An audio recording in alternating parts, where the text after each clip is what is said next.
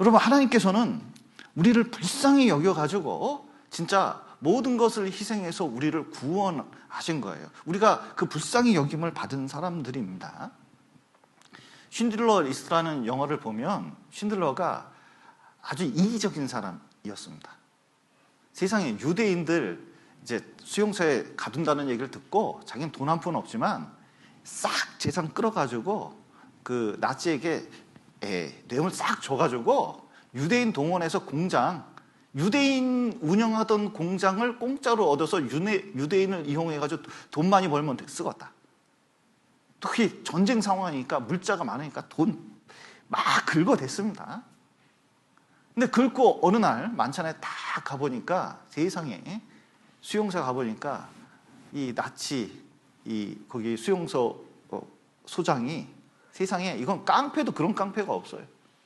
유대인 여자 끼고 세상에 아침에 일어나서 담배 피고 모닝 사살을 하는 거예요. 이렇게 유대인들 봐가지고 재미로 죽이는 거예요. 재미로. 그리고 유대인 마을에 갔더니 세상에 유대인 마을을 다 불태우고 총으로 쏴 죽이고, 그런데 요만한 빨간 옷 입은 애가 쫙 이동을 하잖아요. 그거 보니까요, 그때 무슨 생각이냐면 유대인 너무너무 불쌍하구나. 저런 유대인을 사용해서 내가 돈을 벌고 있구나 생각하니까요, 그 다음부터는 어떻게 하냐면 자기 모든 재산을 털어가지고 심지어 배지까지 팔아서 모든 것을 투자해서 한 명이라도 더 건지려고 하잖아요. 그래서 1000명 이상을 건지는 그 유명한 실제 사건을 영화화했죠. 실제 사건이 있었습니다. 그럼 어떻게 그럴 수 있냐? 불쌍히 여기는 마음이 있으면 이렇게 할 수 있다는 거예요. 그러니까 우리도 누구를 불쌍히 여겨야 되냐면, 자 보셔요. 세상 사람들 좋은 차 타고 많이 다니잖아요. 좋은 집에서 잘 살고 있잖아요. 거기다가 뭐 더하면 되냐면 시간 100년만 더해서 지옥에 있을 거 생각해 보십시오. 그럼 불쌍합니까? 아, 나 잘 먹고 잘 산다 이 생각 들겠습니까? 불쌍한 거거든요. 그러니까 우리도 하나님의 시각으로 세상 사람들을 보고, 그리고 그 내면을 본다면, 운명을 본다면 불쌍히 여길 수밖에 없습니다. 지옥 달려가고 있는 거거든요. 근데 아무것도 몰라요. 아무것도 모르는 아이처럼. 또 누구를 불쌍히 여겨야 되냐면 형제 자매님들을 불쌍히 여길 필요가 있습니다. 왜냐하면 구원받고 보니까 진짜 어려운 대상하고 싸우고 있는 사람들이 우리입니다. 먼저 세상하고 싸웁니다. 세상은 다 우리를 유혹하거든요. 유혹해요. 여러분, 세상이 얼마나 좋은 게 많습니까? 그래서 뭐 술부터 시작해서 뭐 오락거리, 쾌락거리, 뭐 TV, 스마트폰을 통해 가지고요, 온갖 것으로 우리를 어떻게 해요? 재밌는 거 많아 이렇게 유혹하거든. 그거 이기기가 쉬운 게 아니에요. 유혹을 이기기가 쉽지가 않습니다. 그리고 사단이 계속 이 죄성을 불러 일으켜요. 이렇게 눈을 멀게 하는 그게 있거든요. 그게 영적인 게 있습니다. 그리고 또 뭐냐면 우리 안에 육신이 있어가지고 죄성이 있어서요, 자꾸 뭔가 본성이 올라와요. 이 기질이라는 게 올라와요. 그러니까 그 와중에 신앙 지키고 있다는 게 되게 쉽지 않은 거예요. 그리고 삶 속에 세상 가운데서 이 죄가 가족 안에 우리 삶 가운데 조금씩 들어와서요, 자꾸 균열을 일으켜요. 그리고 잘 그게 낫지가 않아요. 그래서 알고 보면 우리도 다 상처받은 사람이고, 그리고 뭔가 이 안에 지금 겉으로는 괜찮지만 이 안에 다 뭔가 힘든 게 있어요. 그래서 어떤 사람은 이렇게 말씀하시더라고요. 나도 알고 보면 불쌍한 사람이요. 여러분, 목사는 불쌍할까요? 불쌍히 여겨주세요. 진짜 이게 보통 힘든 게 아니에요. 네. 그러니까 누구나 그 안에 다 상처와 그게 있습니다. 그리고 뭐 들고 가냐면 십자가 들고 가는 거예요. 이 세상 자기 십자가 지고 가는 거예요. 다른 데 눈 돌릴 틈도 없어요. 자기 살기도 힘들어 죽겠어요. 그런데 믿음 하나 가지고 천성까지 우리가 가고 이 세상하고 싸우면서 살아가고 있잖아요. 우리는 적군입니까? 아군입니까? 우리는 아군이거든요. 전쟁터에서 아군끼리는요, 여러분, 목숨을 나누면 그만큼 친해질 수가 없어요. 여러분, 우리는 서로 이 세상을 어렵게 살아가고 있기 때문에, 고난 중에 살아가고 있기 때문에 서로 불쌍히 여길 필요가 있습니다. 특별히 교회 내에서 일꾼을 맡았다, 직분이 있다, 그러면요, 더 불쌍히 여길 필요가 있어요. 가끔 이제 형제 자매들 중에서 왜 구역장은, 아니면 목사님은, 아니면 봉사회장은, 누구는 왜 나한테 이거 안 해주냐? 뭐 이렇게 이제 얘기할 수 있거든요. 근데 돌아보다 보면 못할 수도 있거든요. 예, 목사님은 누구한테는 인사하고 누구한테는 인사 못하냐? 뭐 이렇게 할 수 있잖아요. 내가 오늘 인사하다 보니까 이쪽 줄은 인사했는데 아까 이쪽 줄은 인사 못했거든요. 그러면은 제가 시간 보니까 그렇더라고요. 그래서 올라왔는데 마음이 얼마나 그러겠어요. 그런데 나 때문에 인사 안 왔나? 이렇게 이제 하면은 그거 듣는 목사도 고통받아요. 여러분, 이 대통령은 나라라는 큰 짐을 지고 있듯이 직분을 맡은 사람은 그만큼 어떤 짐이 있습니다. 그렇기 때문에 성경 안에서도 인사말에 긍휼이라는 단어를 집어넣어서 인사를 하는 것처럼 우리도 앞에서 일하시는 분들이 있으면 많이 이해해주고 불쌍히 여겨줄 필요가 있다는 겁니다. 그래서 불쌍히 여기는 태도를 가지려면 우리가 사실 그런 태도 갖기가 쉽지가 않거든요. 금방 불쌍하다가도 금방 그것이 이렇게 이제 될 수가 있기 때문에 이 태도를 가지려면 어떻게 해야 되느냐? 먼저는 하나님께 불쌍히 여김을 받는 태도를 가져야 돼요. 그러니까 하나님께 내가 불쌍한 존재고 불쌍히 여김을 받는 그 태도를 가져야 돼. 그게 뭐냐면 기도로 나타난다는 거거든요. 이건 중요하기 때문에 히브리서 4장을 한번 보시죠. 4장 15절부터 제가 읽겠습니다. 우리에게 있는 대제사장은 우리 연약함을 체휼하지 아니하는 자가 아니요 모든 일에 우리와 한결같이 시험을 받은 자로되 죄는 없으시니라. 그러므로 우리가 긍휼하심을 받고 때를 따라 돕는 은혜를 얻기 위하여 은혜의 보좌 앞에 담대히 나갈 것이니라. 예.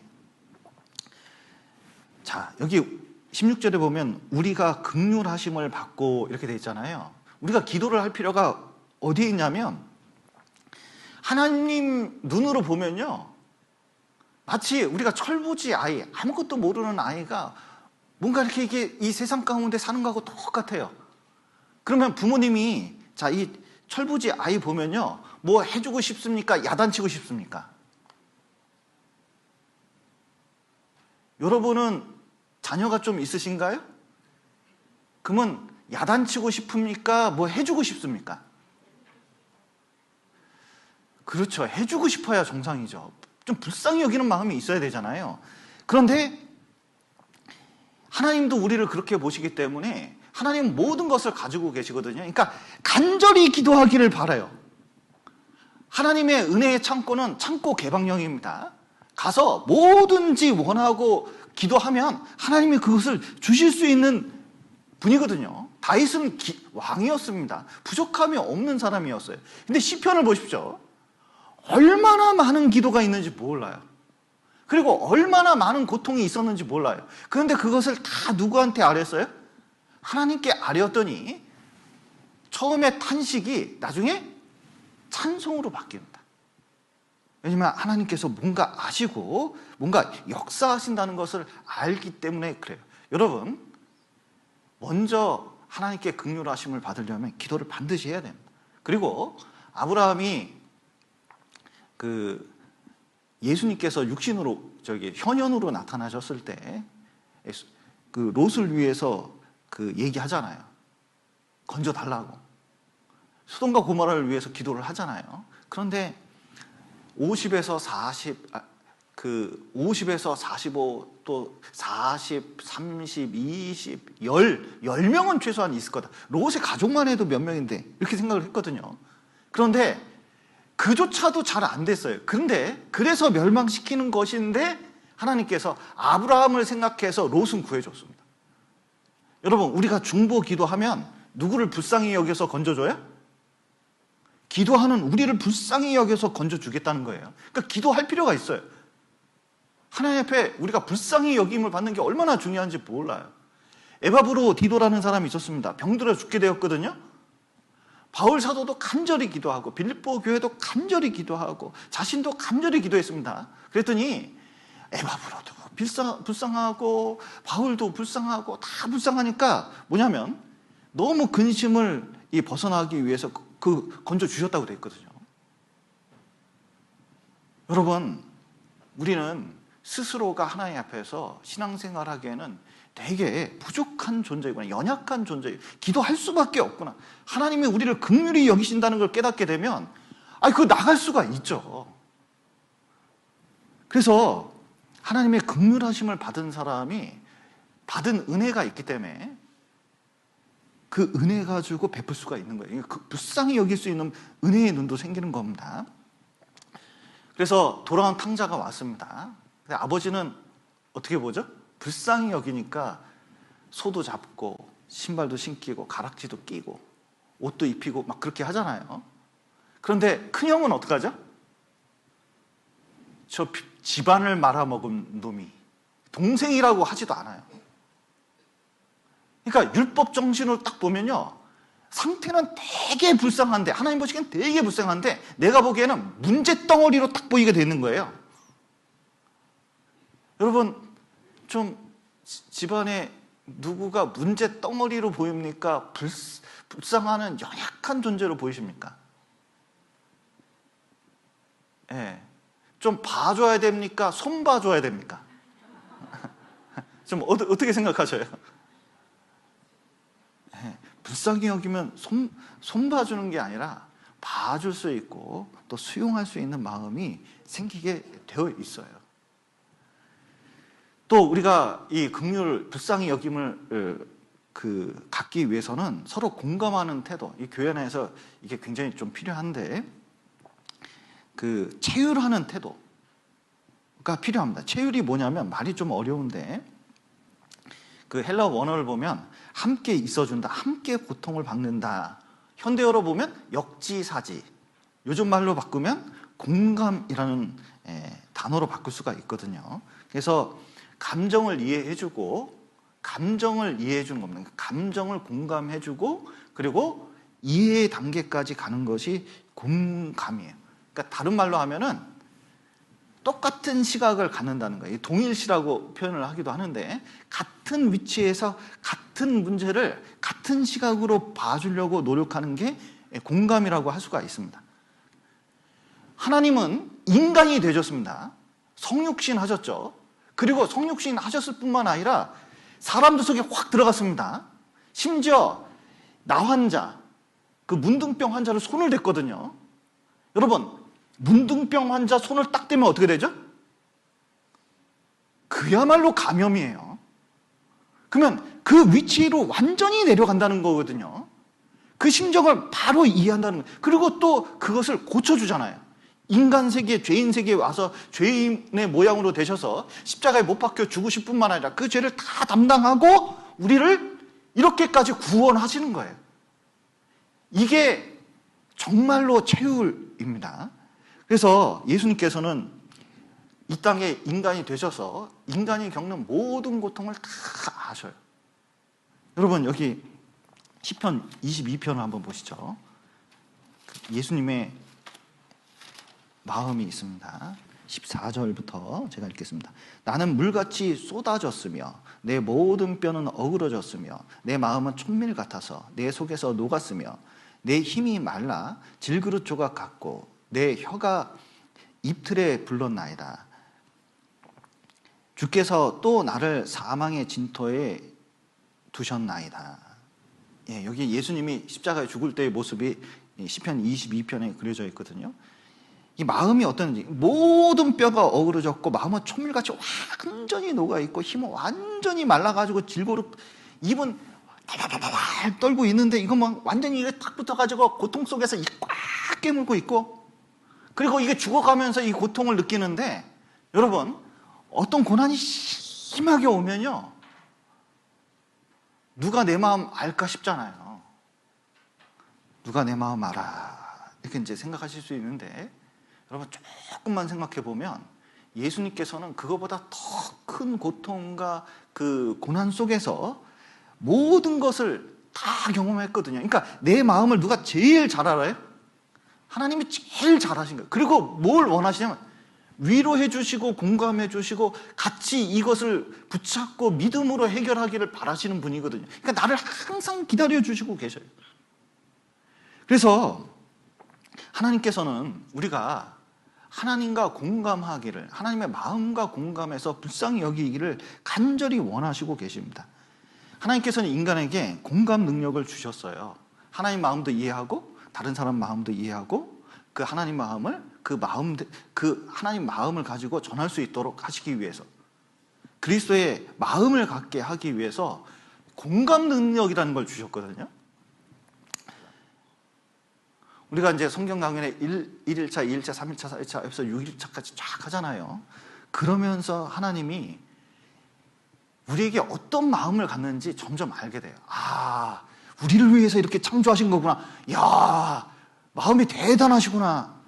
아이고, 죄를 미워하시는구나. 홍수를 보면서 알 수 있고. 그래서 성경 읽어보면요, 아브라함의 마음이 나타나 있는데 아브라함이 이삭을 바칠 때 마음이 하나님이 예수 그리스도를 바칠 때 마음하고 똑같거든요. 그러니까 얼마나 이 절실한 마음으로 십자가의 사건이 계획되어 있고 우리를 위해서 그렇게 하셨는지 이게 완전히 이해가 되는 거예요. 그러니까 하나님 마음을 이해하게끔 하려고 예수님은 이 땅에 오셔서 많이 우셨습니다. 나사로의 무덤에서 우셨거든요.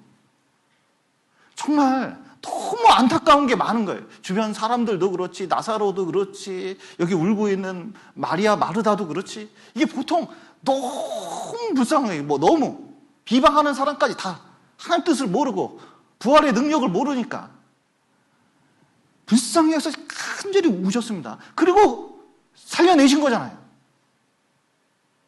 여러분, 예루살렘을 보고 진짜 죄 때문에 멸망할 예루살렘이지만 그 예루살렘 보고 간절히 우셨습니다. 여러분, 우리 전도하는 것도 그래요. 이사야 보면 이사야가 하나님 보좌 앞에까지 갔습니다. 근데 이스라엘 상황은요, 세상 말로 개판 5분 직전입니다. 나라가 이렇게 혼란할 수가 없어요. 이 나라가 어찌 될꼬 하면서 이게 성전에 올라간 거거든요. 자기는 진짜 하나님을 위해서, 나라를 위해서 걱정한다고 딱 되는데 하나님 보좌가 탁 열리니까, 성전에서 탁 열리니까 깜짝 놀랐어요. 어떻게 생각했어요? 보니까 딴 게 문제가 아니라 자기가 죄인이라는 걸 발견하고 죽게 되었다 한탄을 해요. 그랬더니 핀수를 이렇게 되죠. 그랬더니 이게 정결케 됐습니다. 그러면서 하나님께서 누가 나를 위해서 갈고, 지금 이스라엘이 이 상황인데, 그리고 나라가 이 꼴인데, 그리고 죄인들은 많은데, 건져야 사람은 많은데 일꾼은 없어가지고 누가 이 나를 위해서 갈고. 그래서 이사야가 나를 보내소서 그러잖아요. 알고 보니까 다 뭐예요? 불쌍한 존재들이에요. 맨 처음에 올라갈 때 문제를 일으키는 존재들이 많다고 생각했는데 하나님 보좌에서 보니까 불쌍한 존재가 많고 그들에게 이 말씀을 전해야 되는 게 얼마나 중요한지 이거 깨닫게 되는 거거든요. 여러분, 그 이유 없이 우리가 고통당할 때도 있습니다. 그리고 힘들 때도 많은데 예수님 십자가 달린 거 생각해 보면요, 이게 진짜 우리 죄 때문에 이렇게 돌아가신 거, 그리고 이 고통이 뭔가 의미가 있을 거라고 생각할 수가 있습니다. 그러니까 하나님 마음을 이해할 필요가 있어요.